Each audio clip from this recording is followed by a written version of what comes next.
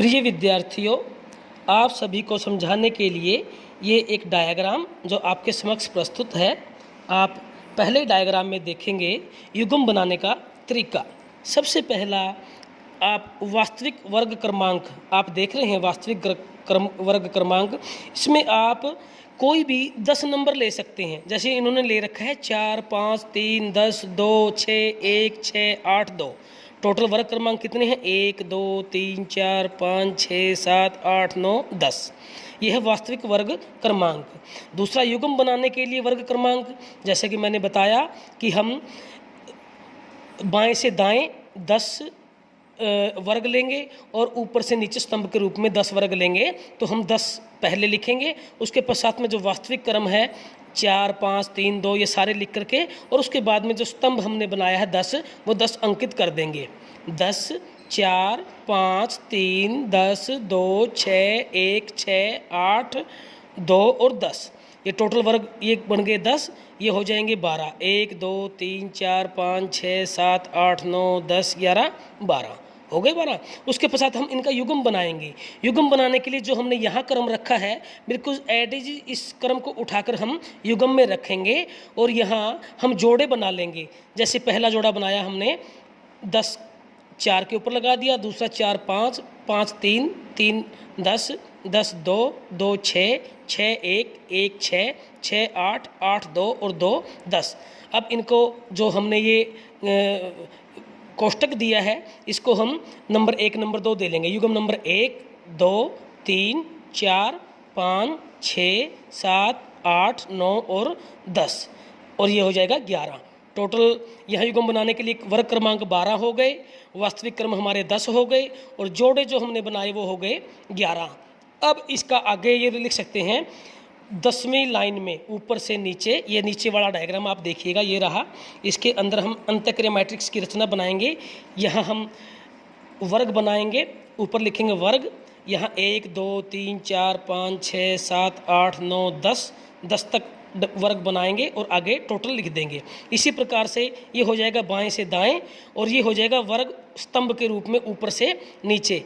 वर्ग पहला सामान्य है, उसके पश्चात 1, 2, 3, 4, 5, 6 इस प्रकार से 10 तक, और लास्ट में 11वीं की जो कैटेगरी है इसको हम 11 नंबर भी दे सकते हैं और टोटल भी दे सकते हैं। तो प्रिय विद्यार्थियों, इस प्रकार से हमारे 10 वर्ग ऐसे बन गए, 10 वर्ग ऐसे और 10 वर्ग आपके ऐसे बन जाएंगे और लास्ट वाला जो रखना या वर्ग बनेगा वो टोटल में बन जाएगा। तो प्रिय विद्यार्थियों, जैसा कि पहला युग्म जाएंगे हम देखने के लिए। पहले युग्म के अंदर जैसा पहला युग्म ये रहा, इस युग्म में आपका 10वीं स्तंभ के रूप में ऊपर से नीचे 10वें नंबर पर चौथी लाइन में हमने बाएं से दाएं 1 नंबर लगा देना है। ये 10वां है, इस 10वें के ऊपर 1, 2, 3 और 4, ये चौथी लाइन में 1 नंबर हो गया, 1 लगा दिया। उसके पश्चात दूसरा युग्म बनाया है चौथी लाइन में 5वां। अब चौथी लाइन में जाएंगे यहाँ और 5वें के ऊपर 1 लगा देंगे, इसको काट देंगे, ये गलत बनाया हुआ है। चौथी लाइन में 5वां बन गया। अब 5वें के ऊपर तीसरा बन जाएगा, 5वें के ऊपर तीसरा बन गया, तीसरे के ऊपर फिर 10वां, तीसरे के ऊपर 10वां बिल्कुल सही है। 10वें के ऊपर दूसरा, 10वें के ऊपर दूसरा बिल्कुल सही है। दूसरे के ऊपर छठा, दूसरे के ऊपर छठा बिल्कुल सही है। ये देखिए, दूसरे के ऊपर छठा बिल्कुल सही है। उसके पश्चात छठे के ऊपर पहला, ये छठा और इसके ऊपर ये पहला सही है। उसके पास छठे के पश्चात 8वां, ये छठा और इसका 8वां बिल्कुल सही है। ऐसे आप नंबरिंग कर लेंगे और यहाँ 8वें के बाद दूसरा, 8वें का ये दूसरा ठीक है और दूसरे का 10वां, ये 2 नंबर पर इसका ये 10वां। तो प्रिय विद्यार्थियों, जब ये आप पूरे युग्म को इस मैट्रिक्स में, इस तालिका में उतार लेंगे तो उसके पश्चात आप टोटल के अंदर काउंट करते रहेंगे। जैसे ये स्तंभ के रूप में ऊपर से नीचे जो वर्ग बनाए गए हैं, इनमें आप पहली लाइन को लेंगे तो इसमें कितने हैं? 1, तो यहाँ 1 लिखेंगे।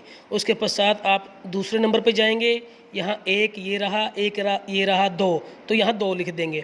उसके पश्चात तीसरे वर्ग में जाएंगे, तीसरे में 1 ये है और 1 ये है, तो यहाँ 2 आना चाहिए, लेकिन ये वाला गलत लगाया हुआ था जो यहाँ आना चाहिए था, इसलिए हम इसको यहाँ, ये बिल्कुल सही है।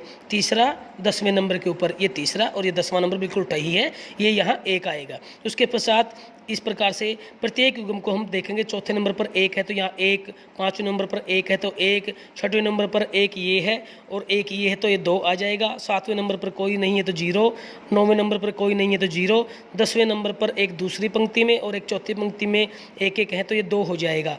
और फिर हम इनको काउंट कर लेंगे। 1 जैसे यहाँ लिखा ये 1 2 1 2 1 1 1 2 1 2।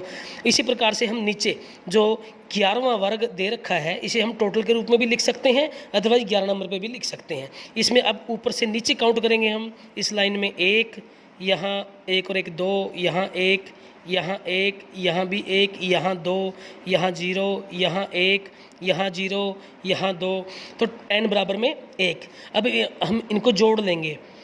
1 2 और 1 3 4 5 6 2 8 9 और 2 11। अब यहाँ भी 1 2 और 1 3 4 5 6 और 2 8 9 और 2 11, n बराबर में 11। तो प्रिय विद्यार्थियों, जब ये ऊपर से नीचे 11 हो जाते हैं और बाएं से दाएं 11 हो जाते हैं तो इसका मतलब आपकी जो अंतःक्रिया मैट्रिक्स तालिका है वो बिल्कुल सही है।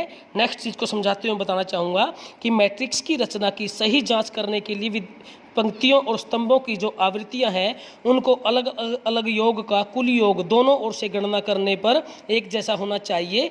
इस उपरोक्त अंतःक्रिया मैट्रिक्स तालिका के अनुसार इसमें कुल क्रमांक 12 है, इसलिए आवृत्तियों का योग 12 - 1 बराबर में 11 होना चाहिए। इस गणना को इस प्रकार से किया जा सकता है। n बराबर में 12 - 1 n बराबर में 11, तो मैट्रिक्स तालिका की रचना ठीक है। अब आप पूछेंगे कि ये n बराबर में 12 कहाँ से आ गया, तो आपको मैं युग्म बनाने के लिए वर्ग क्रमांक के अंदर लेकर के जाऊंगा। टोटल हमारी यहाँ संख्या 10 है, आपने नोट किया होगा। तो इसके पश्चात युग्म बनाने के लिए हमने जो बाएं से दाएं 10 वर्ग लिए हैं और ऊपर से नीचे स्तंभ 10 लिए हैं, 10 वर्ग लिए हैं, तो वो 10 ऊपर और 10 नीचे, 10 ये और 2 ये, तो 12 वर्ग बन जाते हैं। 12 वर्ग में से टोटल हमारे जो जोड़े बने हैं, युग्म बने हैं, वो बने हैं 11। तो इसलिए 12 में से 1 कम करके हम 11 बना लेंगे और 11 के आधार से जब हमारे नंबर ऊपर से नीचे और बाएं से दाएं बिल्कुल सही आ जाते हैं तो हमारी मैट्रिक्स तालिका बिल्कुल सही हो जाती है। तो प्रिय विद्यार्थियों, आपको ज़रूर समझ में आया होगा। फिर भी यदि कोई चीज़ समझ में नहीं आती है तो आप दोबारा से पूछने के लिए मेरे नंबर के ऊपर भी कॉल कर सकते हैं। प्रिय विद्यार्थियों, आप इस चैनल को सब्सक्राइब करें, लाइक करें और शेयर भी करें। धन्यवाद। उम्मीद है कि आप सभी को ये मैट्रिक्स समझ में आई होगी। इस मैट्रिक्स को समझने के लिए दोबारा से भी आप कॉल कर सकते हैं। धन्यवाद।